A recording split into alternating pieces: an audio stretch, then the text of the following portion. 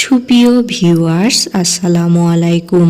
আজকে আমি আপনাদের সাথে শেয়ার করব ঘরোয়া মশলায় সবথেকে বেশি স্বাদে রুই মাছ রান্নার একটি রেসিপি। রুই মাছের এই রেসিপিটি তৈরি করার জন্য এখানে আমি বড় সাইজের একটা রুই মাছ নিয়েছি।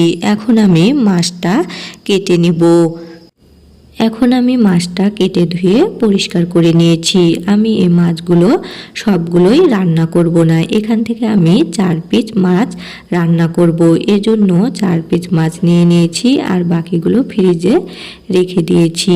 এই 4 পিস মাছ আবারও খুব সুন্দর করে পরিষ্কার ঠান্ডা পানি দিয়ে ধুয়ে নিয়েছি। এখন আমি 1 পিস মাছ উপরে সরিয়ে নিয়ে এখানে আধা চা চামচ পরিমাণ লবণ, আধা চা চামচ পরিমাণ মরিচ গুঁড়ো আর আধা চা চামচ পরিমাণ হলুদ গুঁড়ো দিয়ে দিলাম।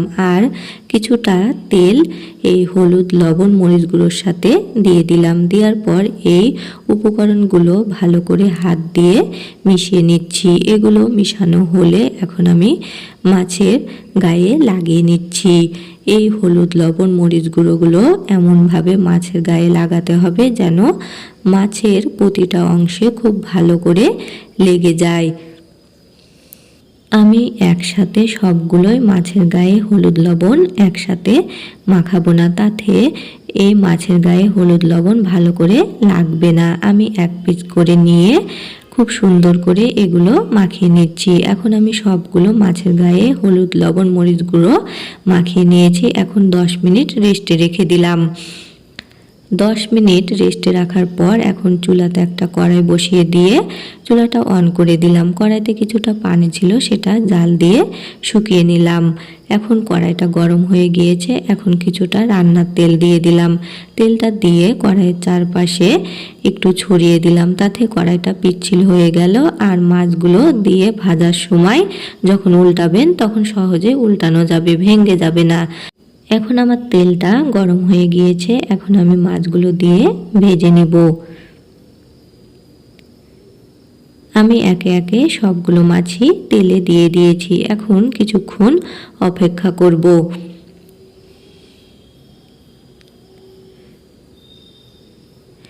কিছুক্ষণ অপেক্ষা করার পর এখন আমি মাছগুলোকে উল্টিয়ে দিচ্ছি।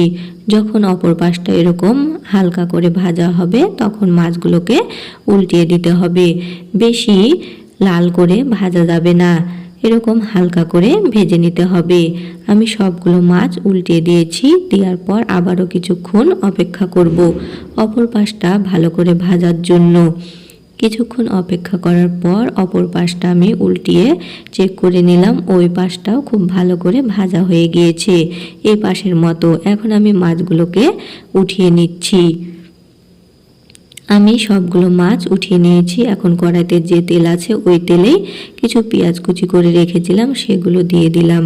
পেঁয়াজগুলো দেওয়ার পর এখন আমি নেড়ে চেড়ে হালকা ব্রাউন করে ভেজে নিচ্ছি।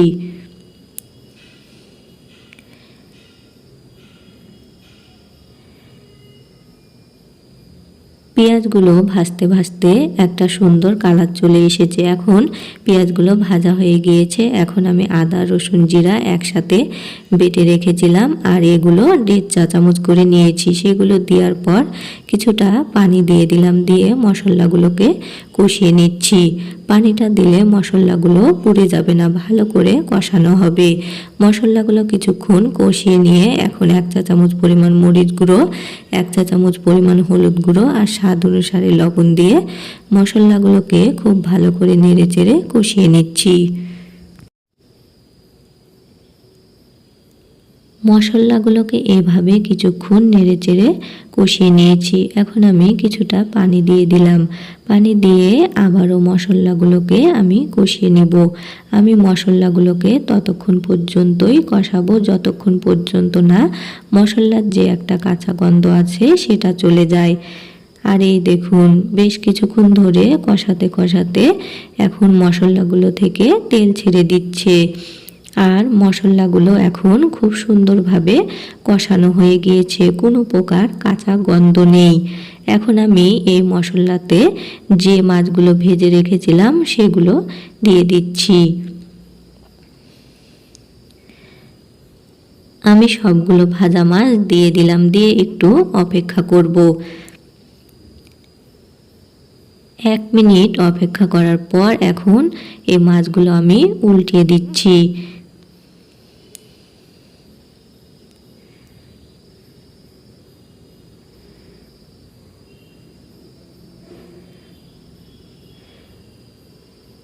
মাছগুলো আমি উল্টিয়ে দিলাম, দিয়ে আবারও কিছুক্ষণ অপেক্ষা করব। এভাবে মাছগুলো ভেজে তারপরে আবারও মশলার সাথে যদি এভাবে কষিয়ে ভালো করে রান্না করেন তাহলে মাছ রান্নার পর স্বাদটা ভালো আসবে। এখন আমার মাছগুলো কষানো হয়ে গিয়েছে, এখন আমি পানি দিয়ে ঝোল দিয়ে দিলাম। ঝোলটা আপনাদের পছন্দ অনুসারে দিবেন, যে যেমন ঝোল খেতে পছন্দ করবেন সে অনুসারে পানিটা দিবেন। পানি দেওয়ার পর এখন আমি মাছগুলোকে একটু আলতো করে নেড়ে দিচ্ছি।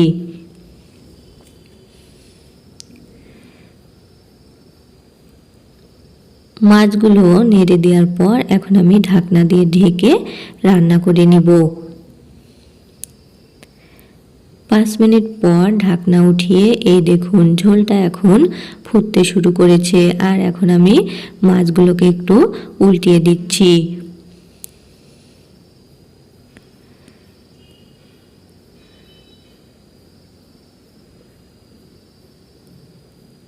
আমি সবগুলো মাছ উল্টিয়ে দিলাম, দেওয়ার পর আমি আবারও ঢাকনা দিয়ে ঢেকে এগুলো রান্না করে নিব। আরও 3 মিনিট পর ঢাকনা উঠিয়ে এখন আমি আবারও একটু আলতো করে মাছগুলোকে নেড়ে দিচ্ছি। খুব জোরে মাছগুলোকে গোতাগুতি করার প্রয়োজন নেই, তাতে ভেঙে যাবে। এখন আমি আধা চা চামচ পরিমাণ ভাজা জিরা গুঁড়া দিয়ে দিলাম, আর কিছু ধনা পাতা কুচি করে রেখেছিলাম সেগুলো দিয়ে দিলাম। আর কিছু কাঁচামরিচ একটু মাঝখান দিয়ে কেটে নিয়েছিলাম সেগুলো দিয়ে দিলাম, দিয়ে আবারও একটু আলতো করে নেড়ে দিচ্ছি। কাঁচামরিচটা এই পর্যায়ে দিলে একটা সুন্দর ফ্লেভার আসবে। নেড়ে দেওয়ার পর এখন আমি ঢাকনা দিয়ে ঢেকে দিলাম। আরও 3 মিনিট পর ঢাকনা উঠিয়ে এখন আমি আবারও একটু মাছগুলোকে আলতো করে নেড়ে দিলাম। আর আমার মাছ রান্নাটা একদম পারফেক্টভাবে হয়ে গিয়েছে। আর আমি ঝোলের পরিমাণটা এরকম রাখলাম, পরে দমে বসিয়ে দিলে কিছুটা ঝোল শুকিয়ে যাবে। এখন আমি ঢাকনা দিয়ে ঢেকে চুলাটা বন্ধ করে দমে বসিয়ে দিলাম। 15 মিনিট দমে রাখার পর এই দেখুন মাছ রান্নার পর মাছের কালারটা কি অসাধারণ এসেছে। এখন আমি এই মাছের তরকারিটা একটা বাটিতে পরিবেশন করেছি। কি লোভনীয় মাছ রান্না হয়েছে। ভিডিওটি ভালো লাগলে সবাই অবশ্যই বেশি করে লাইক, কমেন্ট এবং শেয়ার করবেন। সবাই ভালো থাকবেন। আজ এই পর্যন্তই। আল্লাহ হাফেজ।